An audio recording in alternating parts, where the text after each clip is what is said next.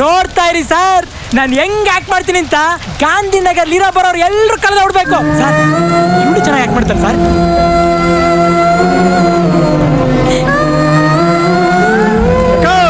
ನಮ್ ಡೈರೆಕ್ಟರ್ ದಿನ ಬೈತಿದ್ದಾನೆ ನೀವು, ಈ ಪಿಕ್ಚರ್ ಮುಗಿಲೆ ಆಮೇಲೆ ನೀವೇ ಹೇಳ್ತೀರಾ ಎಂತ ತಲೆ ನಮ್ ಡೈರೆಕ್ಟರ್ ಅಂತ. ಸರ್ ಸರ್ ಶೂಟಿಂಗ್ ಯಾವತ್ತಿಂದ ಶುರು ಮಾಡೋಣ ಅಂತೀರಾ ಸರ್? ಯೋ ನಿನಗೆ ಯಾಕಯ್ಯ ಅರ್ಥ ಆಗ್ತಿಲ್ಲ? ನಾನು ಈ ಸಿನಿಮಾ ಮಾಡೋದಕ್ಕಾಗಲ್ಲ. ಹೋಗು, ಆ ಹುಡುಗಿ ಎಲ್ಲಿಂದ ಕರ್ಕೊಂಡ್ ಅಲ್ಲೇ ಬಿಟ್ಬಿಡು ಹೋಗು. ಸರ್ ಸರ್ ತಮಾಷೆ ಮಾಡ್ತಿದ್ದೀರಾ ನೀವು? ಹೋಗಯ್ಯ, ನಡಿಯ ನೀನು.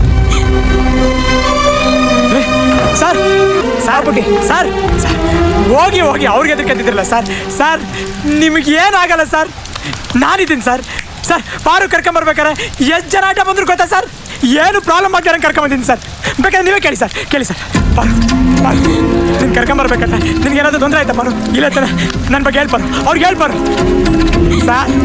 ಅಂಥದ್ರಲ್ಲಿ ನಿಮ್ಗೇನಾದ್ರೂ ಆಗಕ್ಕೆ ಬಿಟ್ಬಿಡ್ತೀರಾ ಸರ್? ಸರ್ ಸರ್ ನನ್ನ ಪ್ರಾಣ ಹೋದ್ರೂ ಪರವಾಗಿಲ್ಲ ಸರ್, ನಿಮ್ಮನ್ನು ಯಾವನು ಮುಟ್ಟಕ್ಕೆ ಬಿಡಲ್ಲ ಸರ್. ಸರ್ ಅವತ್ತು ನೀವು ತಾನೆ ಸರ್ ಹೇಳಿದ್ರಿ ಇವಳು ಹೀರೋನಾದರೆ ನಾನು ಹೀರೋ, ನೀವು ಡೈರೆಕ್ಟ್ರು ಅಂತ. ಹೀಗಿದ್ದಕ್ಕಿದ್ದಂಗೆ ಇಲ್ಲ ಅಂದ್ಬಿಟ್ರೆ ನಾನು ತಾನೇ ಏನು ಸರ್ ಮಾಡಲಿ? ನಿಮ್ಮನ್ನು ಬಿಟ್ಟರೆ ನನಗೆ ತಾನೇ ಬೇರೆ ಯಾರಿದ್ದಾರೆ ಸರ್? ನಿಮ್ಮ ದಮ್ಮಯ್ಯ ಅಂತೀನಿ ಸರ್.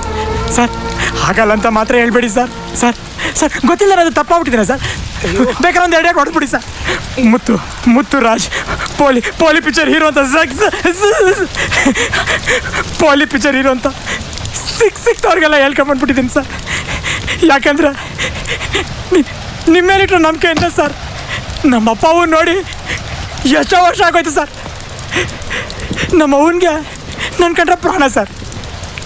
ದಿನ ಕೂಲಿ ಮಾಡಿ ಅವಳು ಹೊಟ್ಟೆ ಕಟ್ಟಿ ₹3 ಕೊಡೋಳು ಸರ್. ಕಂದ ನಿನಗೆ ಸಿನಿಮಾ ಅಂದರೆ ಎಷ್ಟಲ್ವೇನೋ, ಹೋಗ ಸಿನಿಮಾ ನೋಡ್ಕೊಂಬೋಗ ಅಂತ ನಾನು ಓಡ್ತಿದ್ದೀನಿ ಸರ್.